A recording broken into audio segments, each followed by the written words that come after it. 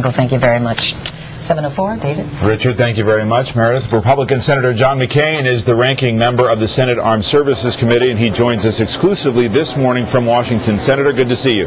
Good morning, David. Well, let's get right to it on Iran. How does the U.S. deal with an emboldened Iranian President Ahmadinejad? Well, we lead. We condemn the sham, corrupt election.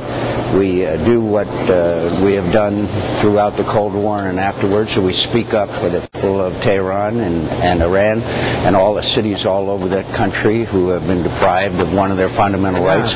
We speak out forcefully, and we make sure that the world knows that America leads, and including increased funding for FARDA, the Iranian-free radio.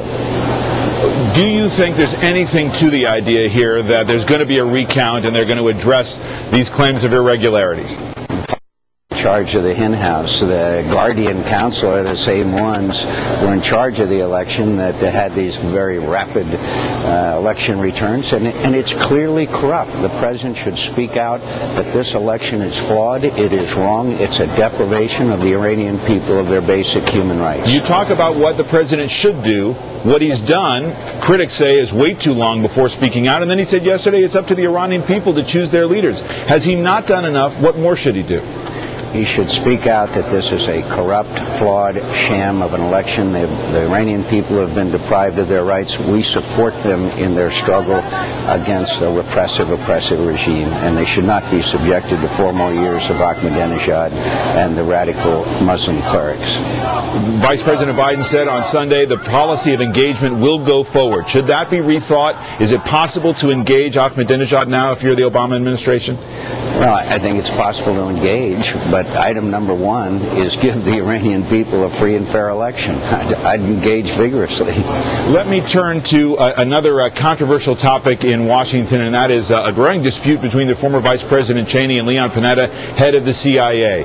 Panetta sat down with the New Yorker's Jane Mayer and had some pretty pointed language when talking about the former Vice President. I'll put it on the screen so we can see it here. This is what he said about the Vice President's recent criticism of the administration on national security. Panetta, I think he smells some blood in the water on the national security issue. It's almost a little bit gallows politics. When you read behind it, it's almost as if he's wishing that this country would be attacked again in order to make his point. I think that's dangerous politics. That's a pretty tough statement. It is, and it's unfair. Obviously, the Vice President is concerned about his legacy and the future of the country. Leon Panetta should retract that statement. He knows Dick Cheney better than that. Look, the issue that they are in disagreement about, I was in opposition to Vice President Cheney, but to question his motives, I think is entirely wrong. Do you agree with the Vice President that this administration has made the country weaker?